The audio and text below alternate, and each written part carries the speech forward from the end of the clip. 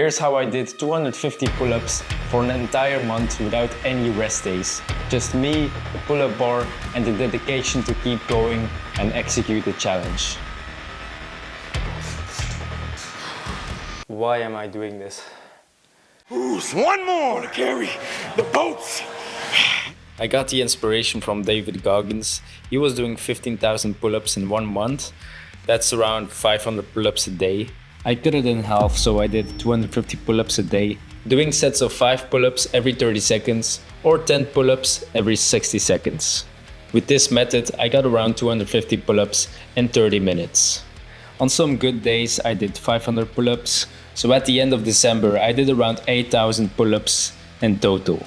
At first, it was brutal. It was like a war against my own body, because everything was hurting, the shoulders, the tendons, and my hands, my hands were pretty messed up. The blisters on the hand, especially in the first weeks, is really bad. By the end of the first week, I had doubts in my mind. You start questioning yourself and get in your head, like, why am I doing this? Is it really gonna be beneficial for me? Am I risking injury? Those are all things that go through your mind. And most people will quit at that moment, but it's then and there that you have to commit and keep going, keep pushing, while others are not gonna do that. A lot of people will say, why do you do this? This is stupid, it's not beneficial. And they might be right to an extent, but we train for the mind. We train to be fatigue resistant and push through those boundaries without any hesitation. After a while, my body started to adapt. My shoulders were loosening up, my hands were healing up. It was all getting much easier after a few weeks, and I was actually surprised because it was comfortable to do 250 pull-ups by now. I could knock out 250 pull-ups with clean form in just 30 minutes without any pain or hesitation. I learned to embrace the discomfort and find the rhythm in the repetitions.